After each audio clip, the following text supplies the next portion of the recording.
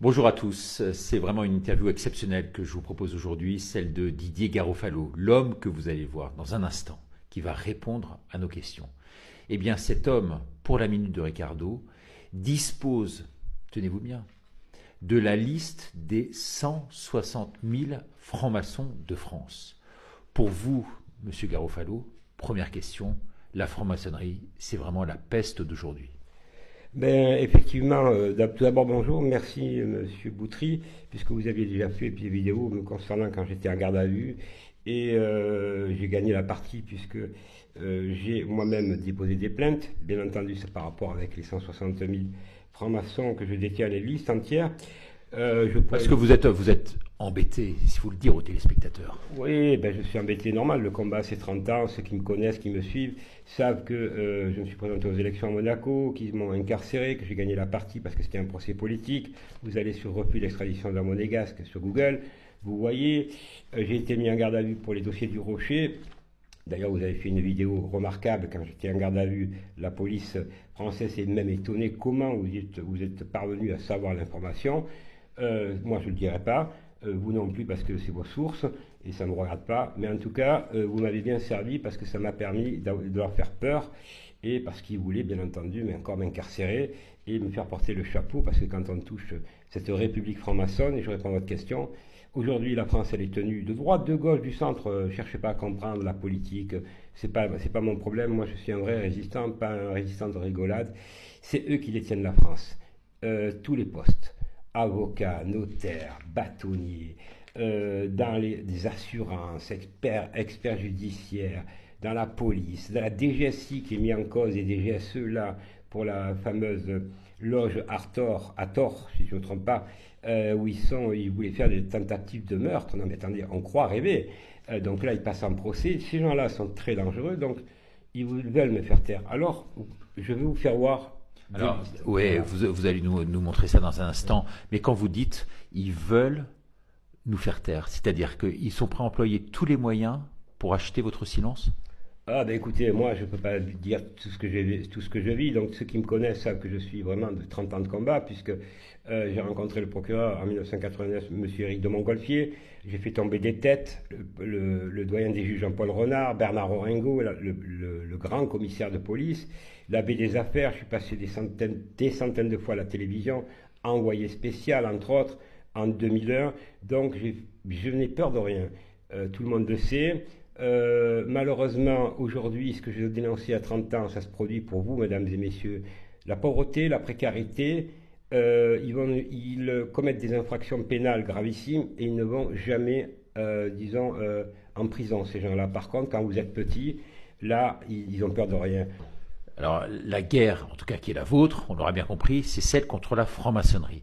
Parce que la franc-maçonnerie, c'est une gangrène, en quelque sorte. C'est le cancer, c'est la peste. On peut dire ça comme ça? On peut aller plus loin.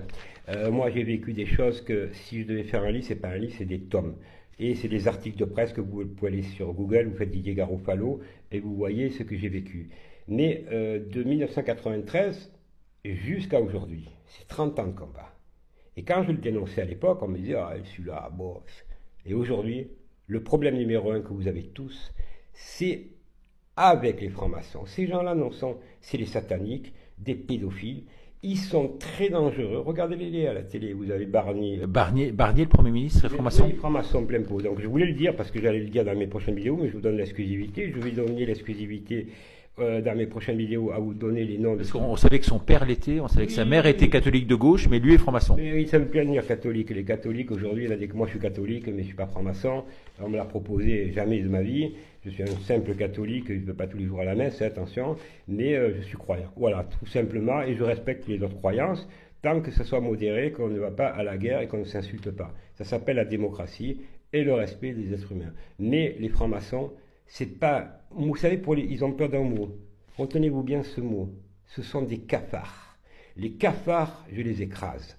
Et aujourd'hui, je voudrais m'adresser un peu aux francs-maçons parce que je me suis infiltré, moi et mes amis, ils ne savent pas sur quel pseudo, on vous a infiltré, vous les francs-maçons. Oui, on vous a piraté plein de choses, plein de documents, et pas pour rigoler. Alors, je voudrais dire publiquement, et passer l'info, partagez-la, s'il m'arrive quelque chose, mes amis qui se trouvent en France et ailleurs, ils appuient sur un bouton, ça fait boum. Et quand ça fait boum, il y aura les 160 000 noms avec les adresses et toutes les loges. Rien ne m'arrêtera. Moi, je me combats qu'une chose, c'est que je vois la France, puisque vous le savez, je fais le tour de France juridiquement, j'aide beaucoup les gens gratuitement. Je vois la pauvreté, la précarité dans les villages tout fermés, même les villes. J'ai honte. Avec ces milliers de milliards, où sont-ils passés? 3300 milliards, vous croyez qu'ils ont été dépensés pour des bonnes causes? Ils vont dans les paradis fiscaux. Et là, j'ai fait une vidéo sur Monaco et le compte de partage avec la France. 1,5 milliard est donné par la France à la principauté de Monaco par an. Ça s'appelle le compte de partage. Et je vous rappelle quand même que Monaco, c'est un paradis fiscal qui est montré du doigt à l'OCDE. Alors, il y a deux sujets. Il y a Monaco et la franc-maçonnerie, même s'il y a des liens étroits entre les deux, ça on l'aura bien compris. Comment avez-vous fait, M. Garofalo, pour obtenir cette fameuse liste des 160 000 francs-maçons de France, même si aujourd'hui ils sont peut-être un peu plus nombreux, parce qu'ils recrutent, c'est ce que vous disiez. Mais comment vous avez fait, d'abord, première question, pour obtenir cette liste? Alors, je ne vais pas donner le nom de la personne, mais la personne est connue. C'est un personnage qui est en Amérique, français, qui m'a contacté parce qu'il avait été estradé en France. Chacun le reconnaîtra, il avait une grosse plateforme, il faisait 1 million de personnes par semaine, et il m'a contacté, donc j'habitais Nice. Et on s'est rencontrés, je suis allé le chercher au Canet, il habite au Canet d'ailleurs, et donc je suis allé à Marseille avec lui parce qu'il avait besoin d'un avocat, il passait un procès justement parce qu'il avait mis publiquement la liste des 160 000 francs-maçons sur un site, et ils l'ont fait extrader des États-Unis, je ne sais pas si vous voyez. Donc ils lui ont mis 2 ans avec sursis, un truc comme ça. Bon, de toute façon, c'est sur les journaux, ceux qui rechercheront trouveront. Et cette personne, qui avait une confiance absolue, on ne se connaissait pas du tout, je l'ai invité donc sur Marseille, il est venu avec moi, voir un avocat pour qu'il aide, et il avait bien entendu le double, et il m'a donné le fichier. Pas plus con qu'un autre, je l'ai pris, bien entendu. Et aujourd'hui, je dis très bien, je le dis, je le répète, je dis aux francs-maçons, moi, de vos problèmes, ça ne me regarde pas. Vous avez ruiné la France. L'économie aujourd'hui, elle est ruinée. La France, elle est cuite. Elle est au bord de la guerre civile, elle est au bord de la guerre avec la Russie et bien d'autres. Alors, on l'aura bien compris, vous avez cette liste qui vaut un pesant d'or, disons, parce que c'est vrai, mais cette liste qui est quelque part un peu illicite si vous la divulguez. Alors, elle n'est pas illicite dans le sens où j'ai le droit de dire, c'est la liberté d'expression, que quelqu'un appartient à la franc-maçonnerie, puisque la franc-maçonnerie, dans le droit, c'est des arrêts de la Cour, d'ailleurs j'ai des arrêts de la Cour européenne des droits de l'homme, ça ne rentre pas dans le domaine privé, tant qu'on rend public le nom. Après, si vous remettez l'adresse, ça c'est dangereux, ça je ne le fais pas, parce que on peut tomber sur des gens qui sont fous, ou des étraqués, il y en a plus qu'on le croit, et qui vont régler des comptes. Alors moi, même si c'est des ennemis, je les combats, les ennemis, avec le droit. Je n'ai pas fait du droit pour être tordu, j'ai fait du droit pour les écraser. Vous avez bien compris? Parce qu'ils font perdre tous les avocats. Ils sont avec de mèches avec le bâtonnier, avec le juge d'instruction. J'ai des affaires comme ça partout que j'essaye de régler, d'aider les gens. Si vous saviez le nombre de millions de personnes qui sont, comment dirais-je, spoliées à tous les niveaux, l'ASE, comme il y en a de l'ASE, c'est les mêmes systèmes. C'est un système de vase clos. Alors c'est à vous, mesdames et messieurs, on ne peut pas vivre comme ça. Et on va droit à une guerre mondiale si on ne bouge pas. Ouais. Alors c'est vrai qu'il y a énormément de gens autour de nous qui se disent mais il y a vraiment une injustice aujourd'hui. Ils ont tout pour gagner et pourtant ils perdent. Parce qu'en face, tout simplement, il y a des francs-maçons. Écoutez, j'ai des dossiers là, bon, si je résume, c'est à peu près les mêmes histoires. Vous déposez plainte contre un franc-maçon. Là, j'ai déposé une plainte en constitution de partie civile pour quelqu'un à Grenoble. Grenoble, c'est un nid de francs-maçons, comme il y en a à Poitiers, comme la Côte d'Azur. Bon. Et il n'y a pas de réponse où on classe, parce que c'est l'ami. Ça, vous ne le savez pas, parce que la différence avec l'Italie, l'Angleterre, c'est que vous êtes obligé de le déclarer. que vous êtes franc-maçon. Et les francs-maçons en Italie, ils sont interdits dans le gouvernement. Alors il faut passer une loi, d'abord le mot république, il faut l'enlever, hein. Il faut l'appeler la démocratie française, ça veut dire que c'est vous qui avez le pouvoir. C'est pas eux qui ont le pouvoir. Regardez ce qui se passe là. Alors c'est un peu la droite, un peu la gauche, l'autre il fait ce qu'il veut, Macron, je prends l'autre. Que des francs-macs. Bon, Rotailleux, là, le ministère de l'Intérieur. Franc-mac, allez, je vous en donne encore de nouvelles. Bon franc-maçon de grande loge nationale française. Là, c'est 2 que je vous ai donnés.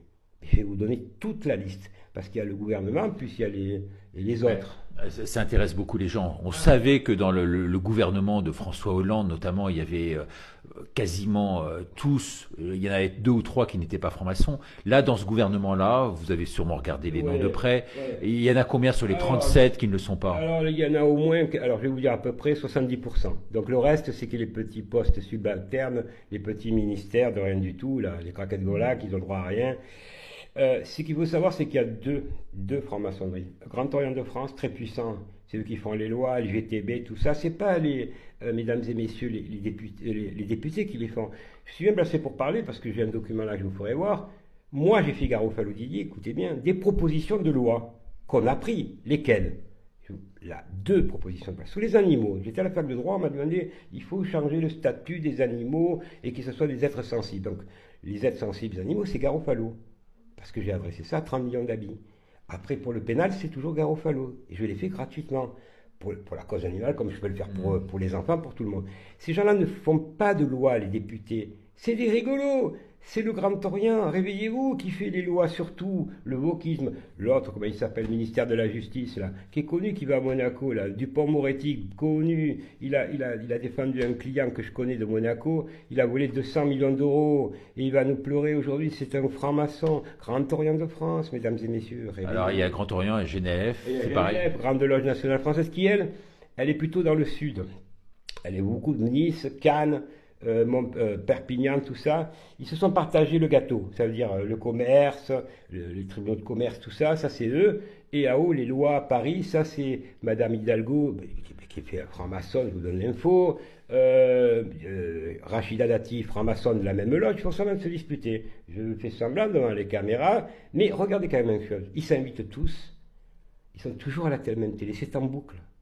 On revoit les mêmes. Parce que dans le milieu de la presse, il y en a, et je le connais bien parce que j'étais présentateur mainstream, il y en a énormément. Alors j'ai donné la liste là dernièrement, je vous ai, mesdames et messieurs, puisque vous en parlez, monsieur Boutry, j'ai mis sur mes VK et tout, j'ai donné la liste des journalistes français.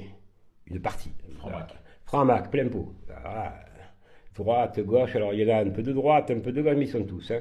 Donc je l'ai mis, ça fait un tel succès sur VK que je pète la baraque. Alors si vous voulez aller sur mes VK, mais aussi avec M. Boutry, moi j'ai peur de rien, je lui donne une exclusivité parce que il a toujours été, je le répète aux gens qui m'écoutent bien, hein, parce qu'il faut bien m'écouter. Ceux qui me disent du mal des gens, c'est le contraire, parce que moi j'ai l'habitude, quand j'étais dans la merde, M. Boutry s'est permis, et il a fait à juste raison d'ailleurs, de dire que j'étais en garde à vue. Et grâce à ça, je peux vous assurer que je suis sorti. Je peux vous le dire sur la tombe de mes parents. Si n'y avait pas ça, ils m'incarcéraient. Une deuxième fois. Vous voyez, je vous dis la vérité aujourd'hui. Ce qui est terrible dans ce système-là, si vous voulez, c'est que dès lors que vous êtes médiatisé, vous êtes quelque part un peu protégé aussi. Et c'était la raison pour laquelle j'ai voulu vous médiatiser, parce que vous méritez le coup, parce que vous êtes extrêmement courageux, et parce que des hommes comme vous, il y en a très très peu. Des hommes dont la tête est mise à prix finalement. Il y a plus que mise à prix, je ne peux pas dire ce que je dis, mais bon, j'ai choisi un combat, je vais pas... on dit les vrais résistants, les faux résistants, rappelez-vous qu'en 1944, il y avait 44 millions de Français, il y avait 200 000 à peu près résistants, et les autres c'était les collabos. Non, moi je ne suis pas un collabo, ma famille c'est pas des collabos, on a toujours transpiré. Moi, regardez, ça veut dire ce que ça veut dire. La dictature de la franc-maçonnerie sur la France. Ceux qui veulent des renseignements, parce qu'en plus d'avoir la liste, je détiens notre document. Ah oui, la cerise sur le gâteau. Quand ils sont habillés en tablier, à Grande Loge française, Grand Orient de France, et qui se prennent en photo, Ferry, l'ancien ministre de l'Éducation nationale, tout ça. Et j'ai toutes les photos. Et oui, pourquoi? Parce qu'ils ont été piratés. Et on m'a donné, dans ces fichiers de 160 000, tout l'organigramme. Je ne sais pas si vous voyez l'organigramme que des gens ont reçu, déjà que j'ai envoyé. Ça veut dire où ils sont placés dans le monde. le Grand Orient de France, l'Afrique, la Suisse, Monaco. Donc, je te tiens, vous savez, c'est le procureur de la République que j'ai connu, un grand procureur, M. Éric de Montgolfier, 1999. Énorme. Celui qui a fait tomber Tapie. Oui, mais oui, après on en avait parlé, mais moi, quand je suis allé le voir, j'ai attaqué les francs-maçons, il venait d'être nommé à Nice parce qu'il y avait trop de magouilles, et que je lui ai écrit une lettre, il m'a reçu, et il m'a dit, j'espère, monsieur Garofalo, que vous êtes courageux, allez acheter le livre sur Amazon, La baie des affaires, je suis dessus, allez voir sur Google, Didier Garofalo, le Parisien, vous regardez, c'est moi qui ai fait descendre le ministère de la Justice, et ils ont dégagé tout le monde. Donc, grâce à ce procureur hors norme, qui est aujourd'hui à la retraite, que je vois de temps à autre, j'ai pu me défendre et je faisais pas du droit. J'ai pu comprendre. Et après, c'est comme ça que la mayonnaise. J'ai dit, à quoi je sers? À pas à gueuler, ça sert à rien. Je suis pas un lanceur d'alerte, j'en ai marre, moi, d'entendre demain on monte à Paris, on casse tout, on fait la révolution, il n'y a rien. Mais vraiment, la dernière chose, c'est si vous arrivez quelque chose demain. Alors vous disiez, mes amis vont appuyer sur le bouton, mais est-ce nécessaire? Et deuxième question en une, pour le grand public qui nous regarde. Est-ce qu'il faut se méfier de la franc-maçonnerie, on l'aura bien compris, des francs-maçons aussi, mais qu'est-ce qu'on peut faire contre cela? Qu'est-ce qu'on peut faire contre cela? Alors, mesdames, messieurs, puisque je fais partie d'un collectif, de plusieurs collectifs, mais des vrais résistants, puisque j'ai monté le groupe, venez me rejoindre, monsieur Vautry vous remettra mon email sur Pronton. J'ai compris le système. C'est pas la quantité qui m'intéresse. Moi, c'est des gens qui en ont dans le pantalon. Et je sais que vous êtes nombreux. Il y en a qui ne peuvent pas, qui n'ont pas le courage, ils me le disent. Moi, j'y vais et d'autres, on y va. Derrière, on bouge. Pour faire sauver la France, vous ne pouvez la sauver que si la tête, elle n'est pas pourrie. Quand vous avez la tête, un franc-maçon, c'est la tête, la franc-maçon et la tête. Que vous avez ces gens-là, la France, elle est cuite. Et vous le savez, alors vous pensez que peut-être demain, après-demain, ça ira mieux. Non. On est au bord de la guerre mondiale, au bord de la guerre civile en France, au bord des attentats, pauvreté, précarité, 2 millions de personnes âgées qui souffrent la faim. Là, Alors ils veulent vous éliminer. Alors avant qu'ils vous éliminent, réfléchissez ce soir, ou demain dans la journée, ou dans la semaine. Un combat, ça ne se gagne pas un jour. Mon arrière-grand-père, mes arrière-grands-parents de la société française, eux ils ont connu, surtout mon arrière-grand-père, 14-18. Mais lui, vous savez comment il est mort? Il est mort, je vous le dis. Bien entendu, les médailles, mais les médailles, on s'en fout. 1 mois après la guerre. Pourquoi? Parce que sur les champs, il n'y avait pas les communications. Ils se battaient encore dans les tranchées. 1 mois après. Pourquoi? Pour que nous, on soit libres. Pour que nous, on puisse regarder nos enfants. Et regarder ce qui se passe. Les étudiants, je les connais bien, ils font la queue pour manger. Et vous croyez que ça va durer longtemps? Alors, remuez-vous, rejoignez-moi, vous pouvez dormir tranquille. Moi, il ne me répond pas, et je réponds à votre question, c'est vrai, je n'ai pas répondu. Il y avait M. Blett, je crois, Stéphane Blett. Stéphane Blett qui était, soi-disant, il s'était jeté, il s'était suicidé, il s'était jeté. C'est marrant, quand vous vous gênez, vous vous suicidez. Alors, je ne suis pas suicidaire, j'ai un moral d'acier. Je suis un gagneur.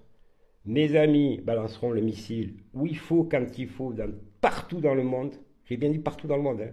Écoutez bien, hein, les francs-macs. Hein. Voilà, on s'est infiltré chez vous et on sait exactement ce qui se passe. Et c'est pas des blagues. Voilà. Je crois avoir répondu à vos questions et monsieur. En tout cas, me fait plaisir de vous voir, monsieur Boutry, parce que ça faisait un moment on s'est connus à Toulon dans les manifestations. Mais c'est vrai que comme vous bougez beaucoup, parce que vous êtes particulièrement recherché, même si aujourd'hui vous n'êtes pas en illégalité, mais on sait qu'on veut votre peau et donc vous êtes obligé de vous cacher un peu partout. Et on a pu se retrouver quelque part au milieu de nulle part. En tout cas, merci infiniment de nous avoir suivis. Merci de partager un max autour de vous, bien entendu, car c'est une interview, vous le voyez bien, totalement et tout à fait exceptionnelle. Exceptionnelle. Merci, monsieur Garofalo. Merci à vous. Merci à vous. Et n'oubliez pas, la France, on ne peut la soulever, on peut gagner, on peut la sauver, que si on est unis et si on ne rentre pas dans le jeu de la division et de ces racailles qui veulent notre peau et qui sont vraiment, rappelez-vous ce mot, hein, des cafards.